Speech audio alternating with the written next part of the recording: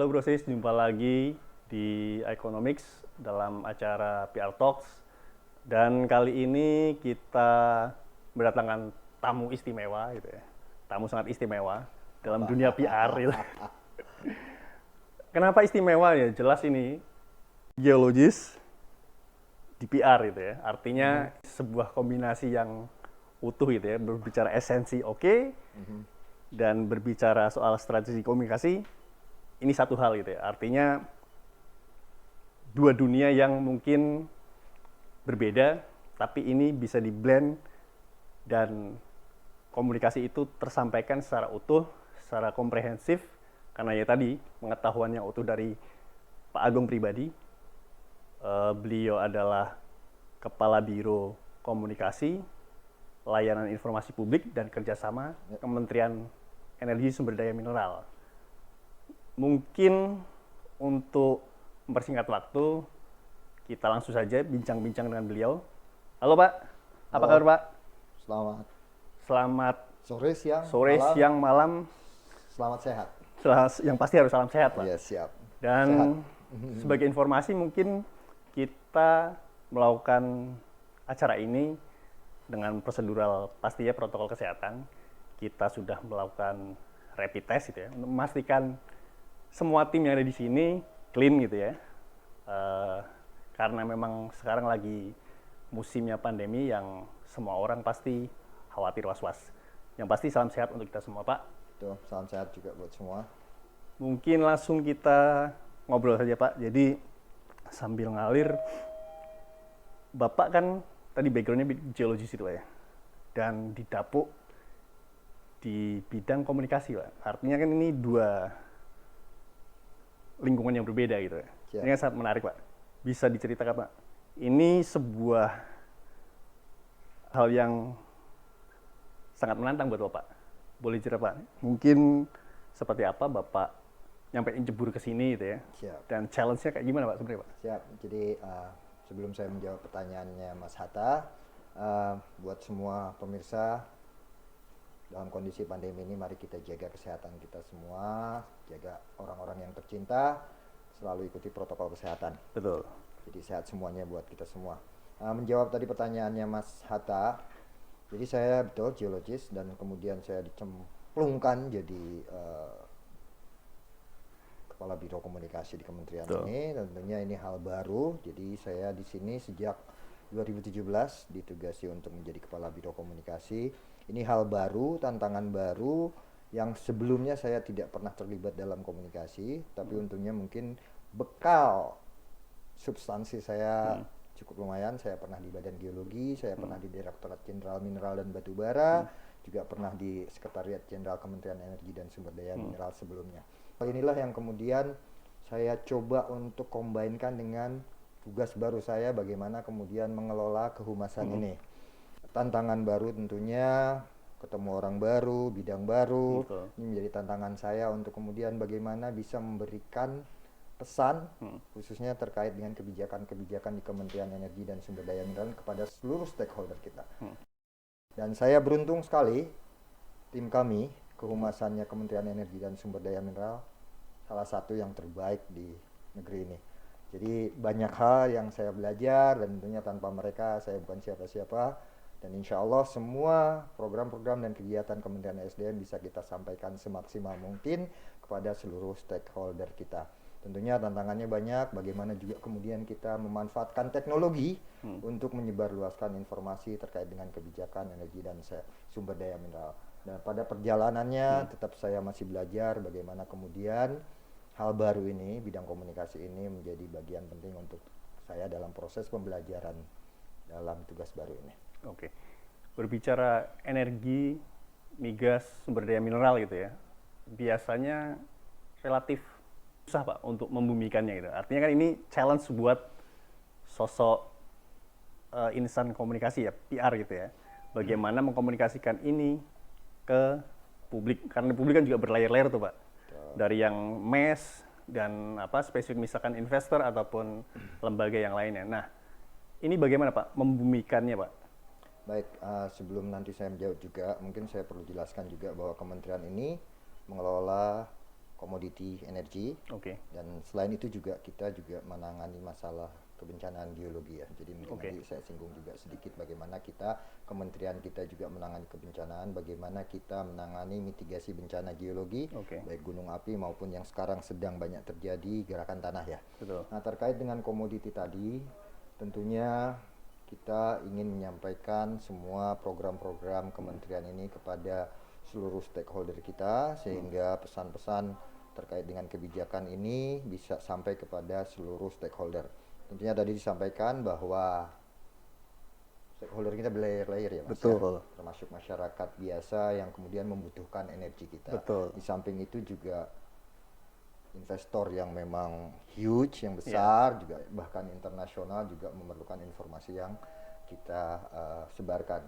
Nah, tentunya kita membuat strategi bagaimana kemudian informasi ini bisa sampai kepada seluruh lapisan layer ini. Jadi kita mencoba juga selain bahasa teknis yang bisa dicerna dan bisa difahami oleh stakeholder yang memang bermain di sektor energi dan sumber daya mineral ini, kita juga memakai bahasa umum yang bisa dicerna oleh masyarakat langsung, sehingga informasinya bisa sampai dan tepat kepada seluruh stakeholder kita, Mas. Gitu. Oke. Challenge seperti apa? Terutama untuk case-case yang menyangkut masyarakat banyak gitu Pak ya. Artinya kan kadang komunikasi itu sebelum dari kita nyampe ke publik itu biasanya sudah ada yang berkembang duluan gitu. Artinya kan ini tidak bisa kita stop juga, tapi bisa kita mitigasi. Nah, untuk hal-hal yang sifatnya publik ini, manage manage komunikasinya seperti apa Pak yang dilakukan sama kementerian Pak? Jadi tadi sampaikan bahwa kementerian ini melayani seluruh lapisan masyarakat Indonesia yang kaitannya dengan kepentingan hajat orang banyak seperti BBM, kemudian Mas tahu masalah tabung 3 kg. Ya, betul ya. Maka kemudian informasi ini kami saring dan kami telaah sebaik mungkin sehingga informasi yang disampaikan tidak kemudian blunder. Nah, memang sektor ini banyak, mohon maaf, dimanfaatkan oleh sebagian kelompok untuk alat politis dan sebagainya. Tapi dari sisi kami kita mencoba untuk menyaring informasi ini sebelum kita berikan kepada masyarakat, sehingga informasi yang diberikan tidak memberikan kebingungan. Tentu Masnya tahu banyak hoak yang terjadi. Nah, kita coba untuk mengcounter itu sesuai fakta yang ada. Jadi saya sarankan kepada seluruh masyarakat juga, kalau ingin mengetahui apa kebijakan Kementerian ESDM, kebijakan terkait dengan komoditi ESDM, lihatlah dari web resminya Kementerian ESDM.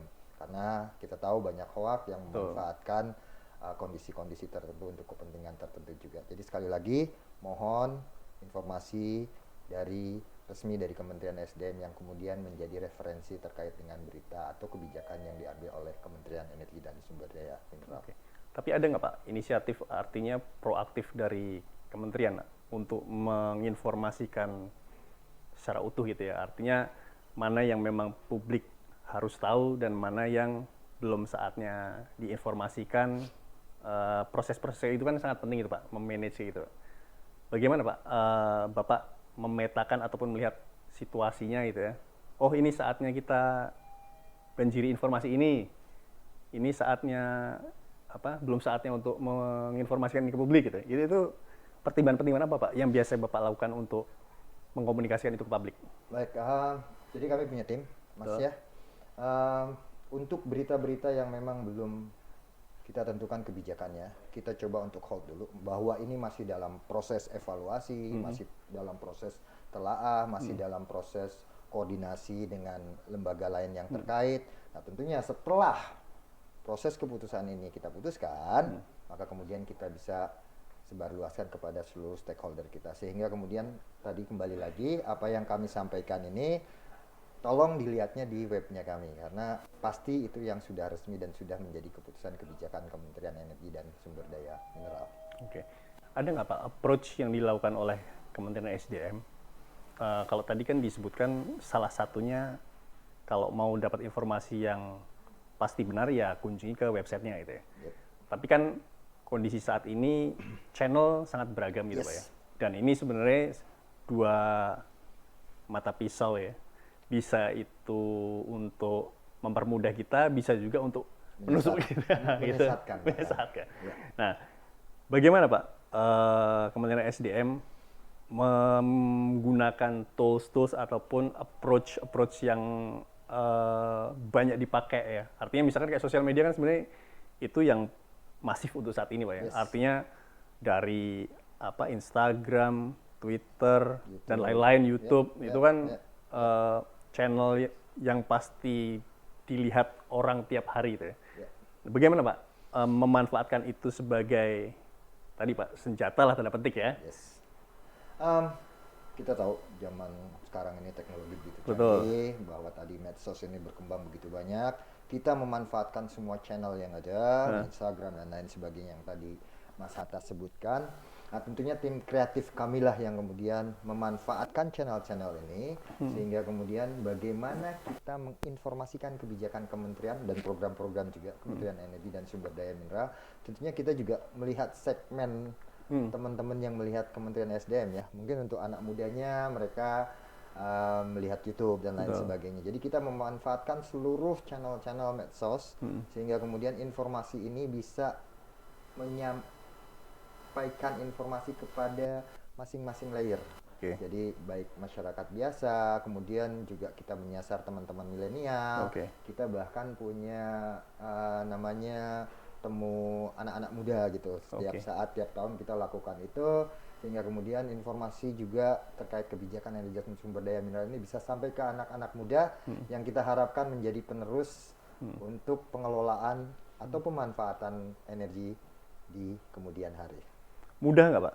Artinya kan ini bisa dikatakan relatif baru lah. Artinya mungkin 3 tahun terakhir ya. Yes. Tools ini masif berkembang dan digunakan oleh semua orang. Artinya dari personal, company, Yes. lembaga ya kayak kementerian itu juga pakai gitu. Karena memang ini yang dinilai mungkin paling dekat gitu ya. Paling baik digunakan. Susah nggak Pak untuk shifting ke situ? Artinya kan butuh adaptasi gitu ya. Adaptasi dan butuh bentuknya berbeda dengan yang sebelumnya gitu ya, yang konvensional gitu ya. Ini butuh berapa lama ataupun skill seperti apa gitu ya?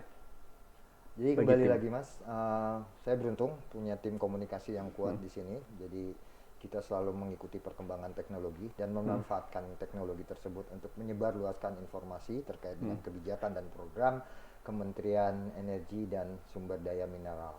Nah tentunya ini berproses Mas, tapi alhamdulillahnya dengan kreativitas teman-teman di Kementerian SDM untuk medsos kami mendapat penghargaan dari Pria untuk beberapa tahun terakhir ini sebagai pengelola medsos terbaik, salah satunya di kementerian dan kelembagaan di Indonesia. Jadi kita adaptasi bagaimana perkembangan teknologi untuk kita manfaatkan, menyebar luaskan informasi terkait dengan kebijakan dan program di Kementerian Energi dan Sumber Daya Mineral.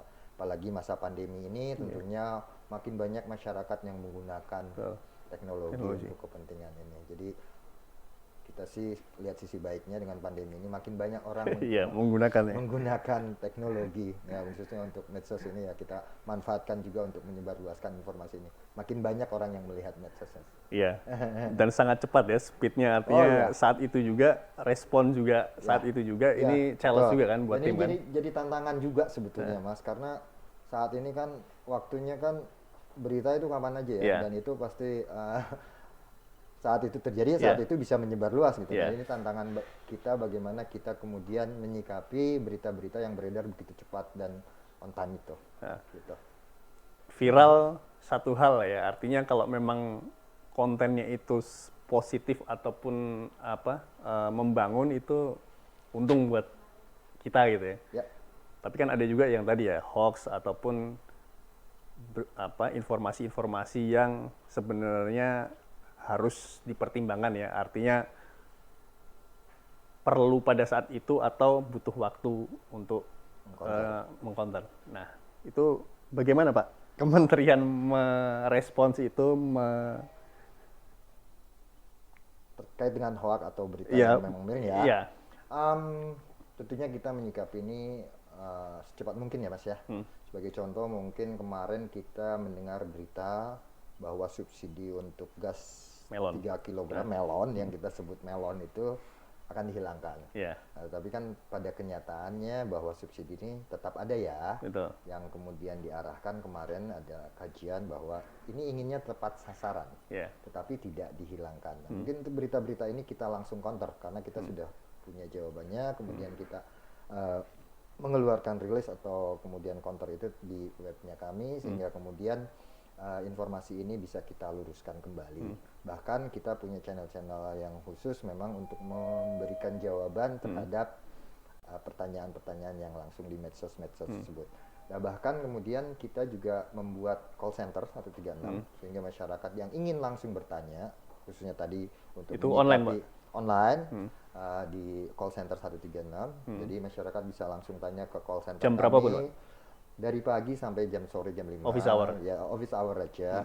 Kemudian juga kita berharap ke depan juga kita bisa menggabungkan call centernya Kementerian SDM dengan BUMN terkait seperti PLN sama Pertamina ya, sehingga kemudian informasi terkait dengan sektor SDM bisa kita sampaikan secepat mungkin kepada seluruh stakeholder dan seluruh masyarakat Indonesia yang memerlukan informasi terkait dengan bidang energi dan sumber daya mineral.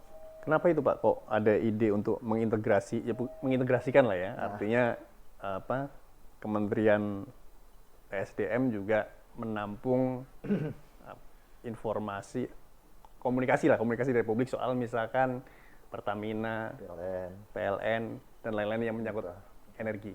Kenapa itu Pak? Oke, gini, sebetulnya call center kami sudah terbentuk ya Mas dari tahun lalu. Pada saat call center tersebut sudah kita buka, mohon maaf nih masyarakat mungkin masih banyak bertanya ke kementerian kami terkait dengan operasional dari BUMN yang ada di bawah koordinasi Kementerian SDM. Sebagai contoh misalnya, ada yang telepon terkait dengan gangguan listrik di desa kami, misalnya seperti itu kan. Dan itu teleponnya ke kami. Sementara call center kami tidak bisa menjawab terkait dengan operasional teknis di PLN. Walaupun PLN punya call center sendiri ya. Tapi ada yang nyasar seperti juga. tadi saya sampaikan layer-layer tadi sampaikan layer-layer masyarakat kita. Jadi ada yang nyasarnya ke Kementerian SDM karena mungkin Kementerian SDM yang dikenal sama mereka. Nah, karena itulah kemudian akan lebih bagus ke depan kalau kita bisa menyatukan ini terintegrasi termasuk juga dengan Pertamina sehingga kemudian ada pertanyaan ke call center kita bisa langsung teruskan atau langsung ke Pertamina sehingga jawaban yang diperlukan oleh customer kita atau masyarakat yang bertanya tadi bisa langsung dijawab. Mungkin itu Mas sebetulnya idenya sih inginnya menyatukan. Ide awalnya karena ada yang nyasar, banyak yang alangkah nyasar, lebih baiknya bisa daripada nggak tersalurkan gitu Mas.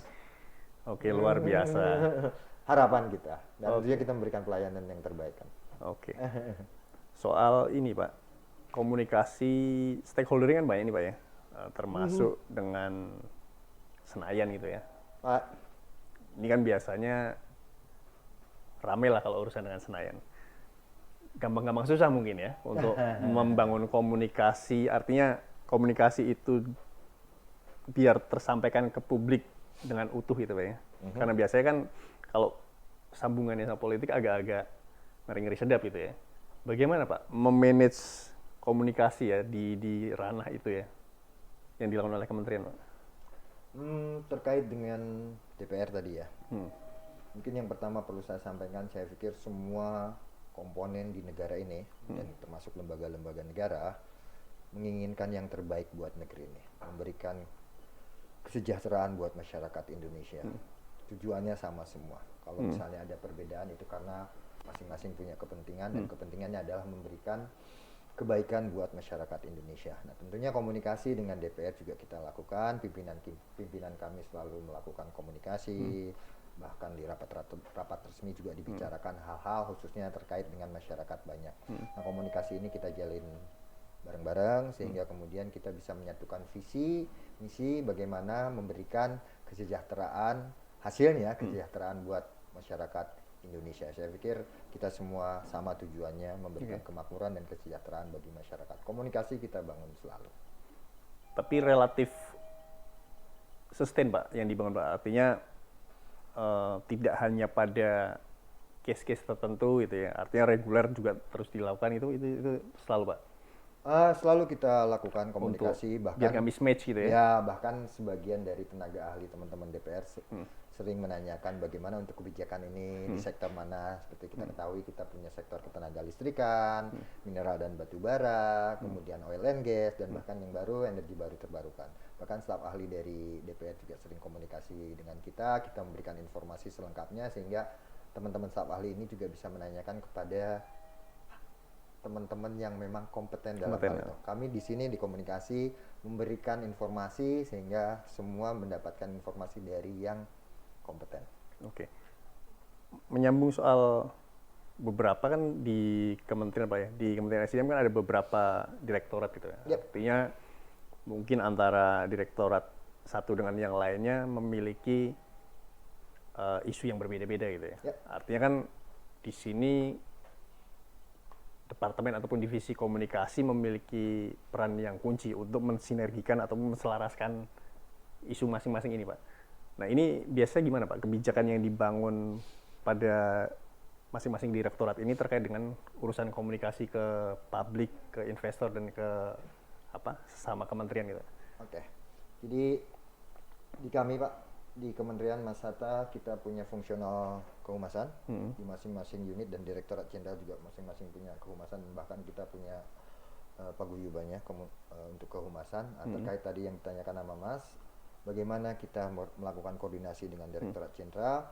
Pada umumnya kita mencoba menyelaraskan informasi yang harus diberikan kepada seluruh stakeholder, tentunya dengan masing-masing komoditi ya. Okay. Tapi kita punya komunikasi dengan masing-masing Direktorat Jenderal. Okay. Sebagai contoh misalnya di ketenaga listrikan ada tim kehumasan di ketenaga listrikan yang selalu berkoordinasi dengan Kementerian SDM bagaimana dan apa saja yang kemudian bisa diinformasikan kepada halayak atau seluruh stakeholder kita. Jadi komunikasi ini kita bangun, tapi memang di kamilah dirijennya, di Biro Komunikasi inilah sebagai pengatur lagunya gitu. Okay. Jadi sehingga kemudian informasi dan segala sesuatunya bisa sinkron seperti itu. Artinya guidance-nya dari divisi komunikasi ini, sedangkan urusan konten dibalikkan lagi ke masing-masing direktorat. Ya, karena masing-masing direktorat lah yang lebih paham substansi. Oke. Gitu. Tapi pernah nggak Pak, miskom lah ya, artinya dinamis kan, antar direktorat dinamis gitu ya, artinya butuh sinkronisasi yang mungkin cepat gitu ya. Itu pernah nggak Pak mengalami miss yang cukup signifikan, dan mungkin seperti apa yang dilakukan untuk menyelesaikan problem itu gitu ya. Mungkin ada case yang menarik bisa di-share untuk Bro and Sis. Siap. Sejauh ini sih kita belum pernah terjadi sesuatu yang memang signifikan dan fatal ya. Kenapa itu terjadi? Karena kami selalu melakukan komunikasi. Sebagai contoh misalnya kemarin terkait dengan kondisi pandemi COVID ini, bahwa pelanggan listrik 450 itu kan harusnya gratis. Sampai kapan ini? Nah, ini kan informasi yang sangat penting buat halayak. Tapi kemudian kapan kita bisa berikan dan kita beritahukan kepada seluruh masyarakat? Nah, kami melakukan koordinasi dengan teman-teman dari Gatrik, Direktorat Jenderal Ketenaga Listrikan. Apakah ini memang sudah valid beritanya? Kapan kita bisa sebarkan sehingga masyarakat tahu kebijakan pemerintah terhadap kondisi saat ini karena COVID, sehingga informasi ini kita bisa sampaikan tepat pada waktunya. Jadi kami melakukan koordinasi. Jadi sejauh ini kita tidak punya pengalaman yang memang kemudian kita informasikan terus kemudian fatal akhirnya gitu. Kayaknya belum pernah Mas, karena alhamdulillah kita koordinasinya cukup baik dengan unit-unit kami Mas. Oke, gitu. Artinya well prepare ya sejauh ini.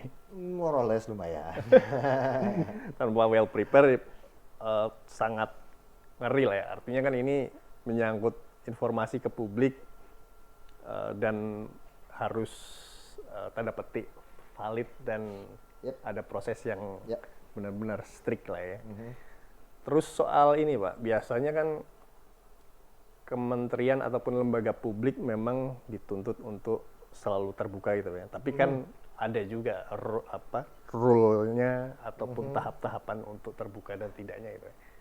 Soal keterbukaan informasi Pak, bagaimana Pak yang dilakukan oleh Kementerian SDM melihat ya memang kementerian ataupun lembaga publik harus terbuka gitu ya, tapi juga ada koridornya gitu. Betul. Jadi kan sesuai dengan undang-undangnya ya Mas ya, terkait dengan keterbukaan informasi. Nah, tentunya kita juga harus mengikuti itu, bahwa informasi terkait Kementerian Energi dan Sumber Daya Mineral harus terbuka. Tapi kembali lagi, saat ini kita sudah melakukan banyak hal untuk keterbukaan informasi ini. Salah satunya kita mendapat apresiasi dari industri ekstraktif bahwa untuk pengelolaan sumber daya alam kita cukup terbuka. Tapi kembali lagi tadi juga Masnya sampaikan bahwa ada yang bisa sifatnya sudah terbuka, ada yang masih belum terbuka. Nah, stakeholder kita kan dari masyarakat umum sampai juga pengusaha, bahkan pengusaha internasional juga terlibat dan menanamkan investasinya di Indonesia. Nah, tentunya juga ini ada hal-hal yang masih belum bisa kita buka secara umum. Tapi pada prosesnya itu kan ada prosesnya Mas. Jadi ada KIP, bagaimana kemudian data atau informasi bisa terbuka atau tidak, ini semua berproses. Tapi pada umumnya kita sudah terbuka. Sebagai contoh mungkin untuk data oil and gas kita sudah bisa buka, semua boleh mengakses data oil and gas. Kemudian juga untuk mineral dan batu bara, resume kontrak-kontrak bisa dilihat di webnya Minerba, ada Modi, monggo silahkan dilihat. Tapi tentunya kembali lagi bahwa ada sebagian yang belum bisa kita buka karena memang kita juga harus melindungi stakeholder kita yang lain. Jadi intinya kita sudah terbuka Mas.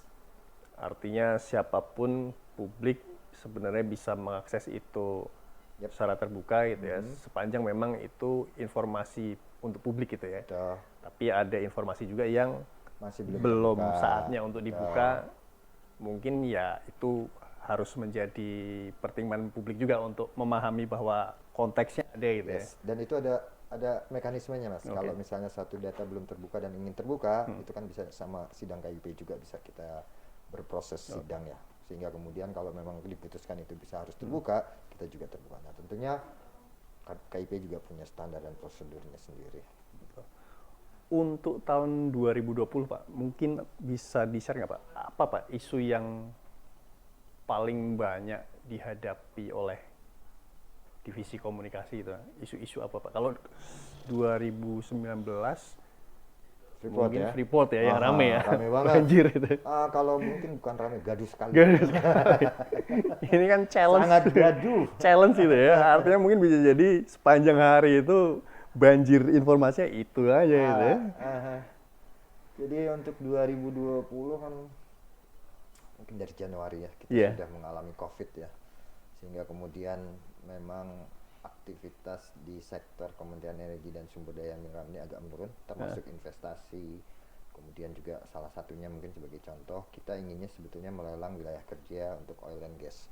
Kita ketahui lah bukan hanya Indonesia tapi juga hampir seluruh dunia bahwa investasi di sektor energi dan sumber daya mineral ini agak turun. Jadi isu yang paling penting sebetulnya bagaimana kita menyikapi saat kondisi COVID ini sehingga sektor energi dan sumber daya mineral tetap bisa melayani, tetapi juga tetap bisa mengundang investor, pelaku usaha, dan bahkan juga bisa bertahan bagaimana kita tetap menyediakan energi untuk Indonesia. Rumit itu? Rumit, sangat rumit. Investasi kita memang turun ya untuk tahun 2020 karena COVID tadi. Tapi ada satu hal yang menggembirakan dari sektor mineral, batu bara dan oil and gas. Ini PNBP-nya meningkat malah Mas.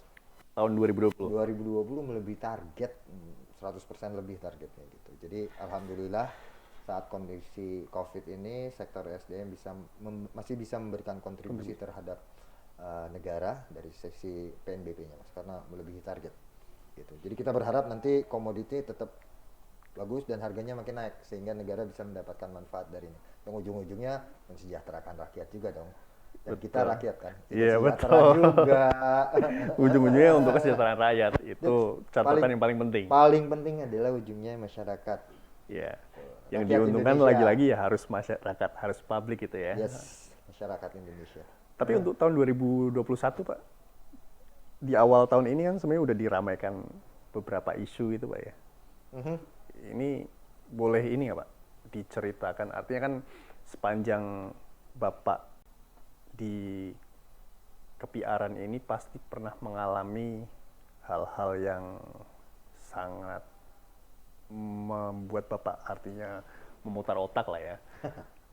Challenging banget itu. Boleh Pak di-share ke? Artinya kan ini buat Bro and Sis yang concern di ke-PR-an, hal ini mungkin sangat penting Pak untuk pembelajaran kita semuanya bahwa ada case tertentu yang memang membutuhkan konsentrasi, pikiran, tools, strategi yang sangat mumpuni gitu ya. Ada Pak mungkin yang bisa di-share ke Bro and Sis? Jadi kita sih prediksi tahun 2021 ini pandemi masih tetap ada. Sehingga kemudian bagaimana kita menyikapi pandemi ini untuk sektor energi kita tetap bisa beraktivitas dan tetap bisa memberikan kontribusi kepada negara. Betul. Baik. Salah satu yang menjadi isu yang tertunda tahun 2020 bagaimana kita melelang wilayah kerja dari oil and gas. Itu tantangan sendiri bagaimana kita bisa mengundang investor yang tentunya saat ini lagi tiarap semua nih dengan kondisi pandemi karena perekonomian dunia juga lagi let's say mandek lah ya, dikit lah, merayap dikit lah. Nah, ini saya pikir ini tantangan bagaimana saat kita melelangkan wilayah kerja tersebut, ada investor yang mau naruh uangnya, investasi di wilayah tersebut, itu satu. Yang kedua mungkin untuk mineral dan batu bara, saya pikir ini komoditi yang cukup bagus, tadi saya sampaikan. PNBP-nya juga cukup bagus. Nah, yang kedua mungkin tantangan ke depan ini masalah energi baru terbarukan, Mas. Oh ya, EBP. Jadi ini adalah pilihan kita ke depan. Energi baru terbarukan buat grosis nih anak-anak muda nih, tentunya ini jadi energi kalian ke depan nih. Bagaimana kalian menghidupi diri kalian dengan energi baru terbarukan. Jadi kita punya matahari, kita bisa memanfaatkan matahari pakai solar panel tentunya. Kita punya panas bumi yang tinggi, kita punya angin, hidro, ya. Bagaimana kita bisa mendapatkan energi dan lingkungan juga kita menjadi bersih. Nah ini concern anak-anak muda nih. Jadi anak-anak adik-adik lah ya, brosis nih ke depan pasti memanfaatkan energi. Tantangannya adalah saat ini harga dari energi baru terbarukan masih cukup tinggi. Betul. Sementara kita masih punya batu bara yang sangat banyak yang bisa let's say 50 tahun lagi untuk menghidupkan PLTU kita. Sementara dari batu bara 5,6 sen per kWh-nya misalnya, energi baru terbarukan masih mahal. Nah, ini yang jadi tantangan ke depan bagaimana kita bisa memanfaatkan energi baru terbarukan dengan harga yang lebih kompetitif sehingga kita bisa dapat energinya, harganya juga bisa terjangkau dan kita mendapatkan bonus lingkungan yang lebih bersih. Nah, ke depan juga masalah mobil listrik, kendaraan listrik juga jadi tantangan kita ke depan karena ini akan cepat nih. Negara-negara maju sudah mulai memanfaatkan pemerintah mobil listrik. Pemerintah Indonesia juga sangat komit untuk kemudian mengembangkan proyek untuk kendaraan listrik ini sehingga kita bisa hidup lebih bersih lagi ke depan. Tidak memanfaatkan BBM. Impor BBM-nya mungkin juga nanti bisa dikurangi dengan pemanfaatan dari kendaraan listrik baik mobil maupun motor. Ini juga tantangan ke depan. Saya pikir anak-anak muda, brosis, anak-anak muda juga mulai sekarang belilah motor listrik ya. Biar enggak bikin kotor udara. Biar lebih sehat kita. Gitu. Itu kan hal relatif baru lah Pak ya kita sebut ya untuk kendaraan listrik nih maksudnya. Kendaraan listrik maupun energi terbarukan lama tapi perkembangannya nggak secepat itu gitu ya. Ini kan challenge buat tim komunikasi kan gede banget itu ya. Untuk mengeducate, untuk memberikan ini loh efek yang bisa kalian dapatkan, ini loh value yang bisa kalian peroleh itu kan nggak gampang itu Pak ya. Artinya hal yang udah settle tiba-tiba ditawarkan hal yang baru dan membutuhkan waktu gitu ya. Siap. Gimana tuh Pak? Jadi kita coba memberikan gambaran yang utuh ya, bahwa energi baru terbarukan ini ke depan menjadi energi yang utama untuk penyediaan energi Indonesia. Tapi juga kita memberikan fakta bahwa energi baru terbarukan untuk saat ini masih mahal, Iya. khususnya untuk Indonesia ya. Mungkin kalau kita bicara Eropa dengan kondisi masyarakatnya yang sudah settle, mereka bisa bahkan pilih energi, Dan mereka juga aware soal lingkungan segala macam gitu ya. aware masalah lingkungan gitu. Dan sementara di Indonesia, kita kan terkendala masalah harga ya, affordability Iya, dari semua. masyarakat kita. Bahwa energi baru terbarukan di Indonesia banyak, yes, Nah. tetapi harganya masih tinggi. Iya. Sehingga kemudian tidak semua masyarakat bisa membeli energi terbarukan tersebut. Oke. Nah, inilah kemudian yang menjadi tantangan kita ke depan, dan itu fakta itu kita sampaikan. Mudah-mudahan salah satu energi baru terbarukan ke depan makin murah nih. Iya. Solar panel. Udah banyak Mungkin ya. sudah banyak, teknologi sudah makin maju, harga juga sudah makin menurun. Mudah-mudahan ke depan bisa sampai 5 sen biaya produksi untuk solar panel untuk produksi listriknya, sehingga ini menjadi pilihan yang paling bagus untuk Indonesia ke depan. Jadi kembali lagi bahwa kita menyampaikan fakta dan juga kenyataannya, energi baru terbarukan ke depan bakal jadi utama, Nah. tapi saat ini harganya ya masih cukup tinggi. Jadi kembali lagi masalah affordability dari masyarakat kita. Tapi ini alternatif ke depan, ini menjadi pilihan utama. Artinya kita membuat rasionalisasi yang benar-benar harus rasional gitu ya. Yes. Artinya ini opsi ketika kalian pakai ini akan dapat ini dan konsekuensinya ini. Yes. Kalau pakai yang lama, harganya kayak gini, konsekuensinya kayak gini dan lain sebagainya. Artinya memang yang harus dilakukan hal yang harus masuk akal bisa diterima oleh mereka ya. Artinya ini ada opsi-opsi, silahkan kalian pilih karena ini ada konsekuensinya semua gitu ya. Ya, bahwa kita paham lah. Ini kan kita bicara masalah environment ya. Betul. Bahwa tadi energi baru terbarukan adalah pilihan yang bisa Masa kita pilih. Tapi untuk saat ini dengan harga yang tidak kompetitif dengan dibandingkan dengan fossil fuel ya, maka kemudian ini menjadi pilihan ke depan. Tapi kita terutama adik-adik nih udah tahu, oh ternyata energi baru terbarukan ini banyak di Indonesia dan menjadi pilihan kita nih ke depan. Pasti adik-adik muda nih concern terhadap lingkungan. Untuk kami-kami mungkin yang sudah mohon maaf nih masih udah uban, nggak ada uban ya? aku udah uban, masih udah nggak ada. Jadi untuk generasi muda pasti pilihannya adalah energi baru terbarukan. Tapi kita berdoalah energi baru terbarukan biar lebih murah lagi. Dan ini perlu keberpihakan dari pemerintah juga, bagaimana kita mengembangkan energi baru terbarukan. Oke. Soal pengembangan solar panel itu ya, kan sekarang udah berkembang juga pada ranah yang retail gitu ya. Yes. Artinya kayak rumah-rumah itu juga sekarang udah banyak juga yang mengembangkan itu. Artinya kan berbicara tingkat kesadaran mungkin sudah mulai tumbuh bertahap gitu ya. Nah, kalau dari kacamata Kementerian SDM sendiri, seperti apa Pak mendrive pertumbuhan ini gitu ya, biar lebih masif dan mengintegrasikan antara misalkan di sini Pertamina ataupun bukan Pertamina, PLN lah ya. PLN terlibatnya di mana, terus stakeholder lain-lainnya terlibatnya di mana, boleh di ini Pak. Jadi pemerintah saat ini sangat mendorong untuk perkembangan pemanfaatan energi baru terbarukan. Sangat mendorong. Salah satunya ya pemanfaatan dari energi matahari ya untuk solar panel tersebut ya. Tentunya kita berharap bahwa teknologi makin baik sehingga kemudian efeknya harga dari teknologi ini termasuk alat-alatnya solar panelnya juga bisa menurun lebih baik lagi. Mungkin let's say dari 8 sen jadi 7 sen bahkan mungkin ke depan bisa jadi 4 sen. Nah, kita berharap teknologi ini kemudian juga bisa membantu dari penurunan harga energi baru terbarukan dari solar panel. Nah, tadi tanyakan peran PLN seperti apa. Untuk saat ini masih bilang tadi banyak rumah-rumah yang sudah pakai solar panel. Nah, ada satu mekanisme yang sudah diterapkan oleh PLN bahwa masing-masing rumah yang memanfaatkan solar panel itu bisa ekspor hasil listriknya dari solar panel. Jadi gini loh Mas, saya pakai solar panel rumah saya. Sementara produksinya 10 nih rumah saya. Ya, tapi kalau siang kan saya cuma pakai 2 misalnya. Nah, yang 8 ini kita bisa transfer ke PLN. Jadi PLN nanti beli. Nah, tetapi pada malam hari saya pakai 12. Jadi kan minus 4 nih. Tapi pada akhir bulan saya bayar listriknya cuma 4, tidak 12 tadi. Oke. Jadi sudah ada mekanisme transfer dari energi solar panel kepada PLN. Nah, jadi PLN juga sangat membantu terkait dengan perkembangan dan pemanfaatan dari solar panel ini.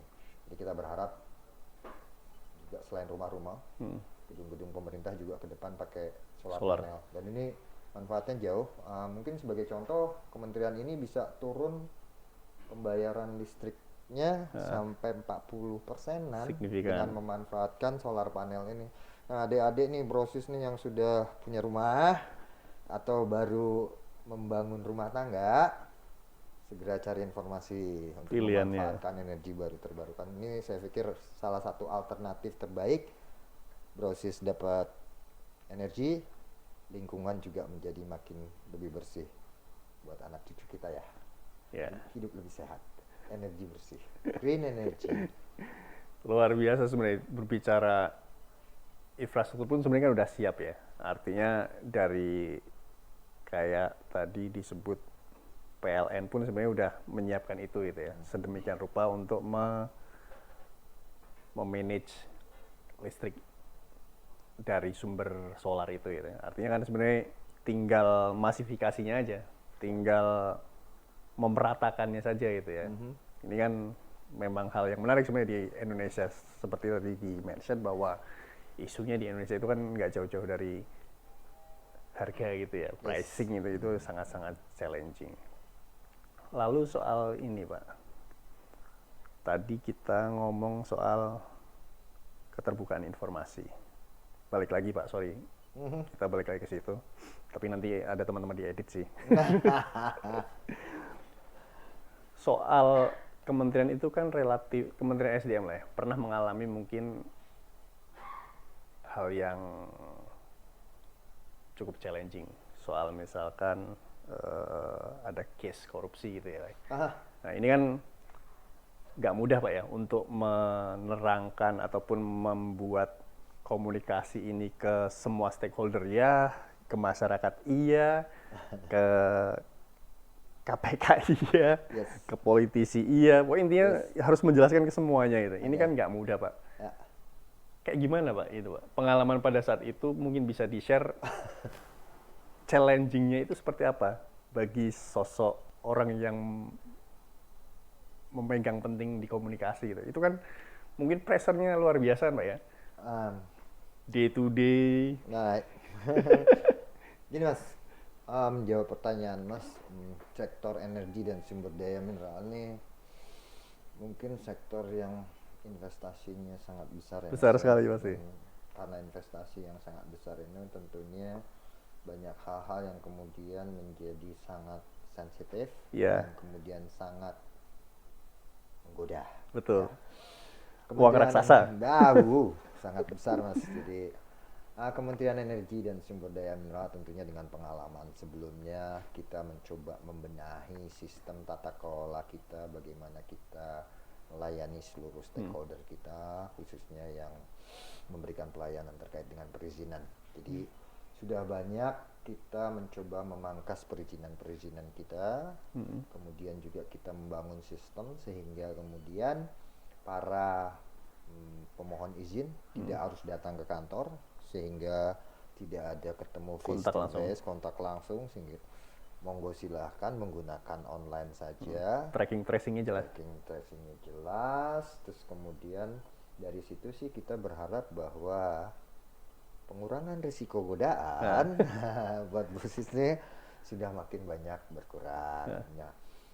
Terkait dengan apa yang sudah dilakukan oleh kementerian kita, mungkin salah satu contoh kepatuhan kita dan tata kelola kita untuk mencegah adanya korupsi, kita dari KPK, lembaga KPK dapat penghargaan bahwa kita salah satu lembaga terbaik dalam laporan LHKPN. Bahkan kemudian kemarin kita juga mendapatkan apresiasi dari tim Stranas yang anggotanya ada KPK dan di dalam negeri. Kita salah satu yang terbaik dalam tata kelola penanganan korupsi. Jadi insya Allah kita menuju ke hal yang lebih baik. Artinya pengawasan pribadi juga harus kita tingkatkan. Betul. Gitu Mas. Jadi insya Allah kita memberikan pelayanan terbaik dan kita sudah mencoba yang terbaik. Oke. Tapi kalau untuk ranah komunikasinya bisa di-share nggak Pak pada saat itu? Seperti tadi saya bilang, untuk menjelaskan itu kan nggak gampang itu ya. Siap. Jadi tentunya kebijakan yang diambil oleh kementerian ini sebagai salah satu contoh tadi bahwa kita sudah melakukan proses pemangkasan perizinan yang banyak, mungkin dari ratusan tinggal 100 sekian untuk seluruh sektor di Kementerian SDM, dan ini kita informasikan kepada seluruh stakeholder. Sehingga stakeholder khususnya yang minta informasi dan pemohon izin dari komoditi tertentu, let's say batu bara lah ya, dia bisa lihat, oh ternyata izinnya sih sudah nggak perlu lagi misalnya. Oh ternyata saya bisa memohon izin melalui online, so nggak perlu lagi datang ke kantor sehingga face to face dan diganggu gitu loh. Pak ini selesainya seminggu nih, tapi bisa cepat Pak, misalnya seperti itu. Jadi dengan sistem ini, dengan izin yang dipotong, kemudian juga sistem online, nah kita bisa mencoba untuk mencegah itu. Nah, kembali lagi tadi, informasi ini kita sebarkan ke seluruh stakeholder kita sehingga harusnya bisa diketahui sehingga mereka tidak salah jalan. Ya, mungkin juga banyak seluruh teman-teman yang mau investasi ini salah pintu Mas, maunya ke front desk, tahunya ke samping gitu. Nah dengan informasi yang kita sebarluaskan, mudah-mudahan nggak ada lagi yang ke samping, semua masuknya lurus, front desk lurus gitu. mencegah semoga dan kita punya niat untuk menjadi yang lebih baik. Tidak mudah tapi itu upaya yang terus dilakukan gitu ya. Semaksimal mungkin. Karena itu tadi berbicara uang raksasa itu kan nggak mudah gitu ya. Menggoda. Iya. Sangat menggoda. Mungkin ya, saya belum pernah digoda. Belum pernah digoda. Untuk dari sisi kami ya, nggak ada hal yang memang kemudian bisa menggoda kami sih sebetulnya. Gitu. Kita jalan lurus-lurus aja dan hanya menyebarkan informasi, that's it. Jadi kalau dari sisi kami insya Allah kita jalan lurus. Informasi yang kita berikan juga sesuai apa yang menjadi fakta. Gampang-gampang susah Pak ya. Untuk komoditi mungkin, tapi untuk di komunikasi saya tidak ada. Terus untuk soal sebenarnya kan challenge-nya di balik lagi ke soal komunikasi Pak. Tadi sempat di-mention kalau yang tidak berkaitan langsung dengan komunikasi, teknologi segala macam, memang itu memangkas, mempercepat, mempermudah itu ya. Nah kalau dari komunikasi sendiri Pak, seperti apa Pak? Selain tadi website sudah diperkaya, itu artinya semudah mungkin diakses, semudah mungkin bisa dilihat oleh publik. Ada apa Pak terobosan yang mungkin bisa di-share ke Bro Ensis terkait dengan digitalisasi komunikasi di Kementerian SDM? Semua sekarang media ini real time semua ya. Betul. Even kejadian jam 1, kejadian jam 1 malam bisa rame ya. Betul. Apalagi platformnya macam-macam ya. Video iya. Banyak banget. Texting iya. Yes. Kita coba memanfaatkan seluruh teknologi. Kita mencoba untuk mendapatkan seluruh berita terkait dengan komoditi, sektor energi dan sumber daya mineral real time. Jadi kalau ada berita-berita yang kemudian memang harus kita sebarluaskan, ya kita sebarluaskan secepat mungkin. Sebagai contoh mungkin untuk tadi selain kita bicara komoditi, kita juga bicara kebencanaan ya. Kebencanaan, Misalnya ada longsor pada hari ini, itu kan di Badan Geologi nih Mas. Betul. Di Kementerian SDM juga nih. Mungkin banyak orang yang nggak tahu bahwa Badan Geologi di bawah Kementerian SDM nih. Taunya urusannya itu BMKG ya. BMKG atau mungkin BNPB ya kalian ya. Jadi itu juga kita coba untuk memberikan informasi real time ya. Jadi kita di Badan Geologi kita punya namanya magma. Jadi untuk kebencanaan kita bisa mendapatkan berita real time. Jadi bahkan teman-teman dari Badan Geologi juga bisa kemudian langsung menindaklanjuti apa yang terjadi saat itu juga. Jadi kita memanfaatkan teknologi untuk memberikan dan mengcounter ataupun menyebarluaskan informasi secara real time. Jadi kembali lagi kita memanfaatkan seluruh channel-channel ini untuk memberikan informasi semaksimal mungkin, secepat mungkin dan setepat mungkin. Channel-channel itu kita manfaatkan. Jadi itu yang salah satu kita lakukan, dan untuk hari-hari kami selalu monitor berita apa saja yang ada di media. Oke. Ya. Media monitoring. Media monitoring kita monitoring tiap hari pagi dan sore, kemudian mana-mana saja yang sensitif, mana-mana saja yang perlu kita tindak lanjuti, kita Tone coba positif, negatif. evaluasi, tone positif negatif kita evaluasi tiap hari. Untuk tahun 2020 dari 100.000 mungkin tone positifnya more or less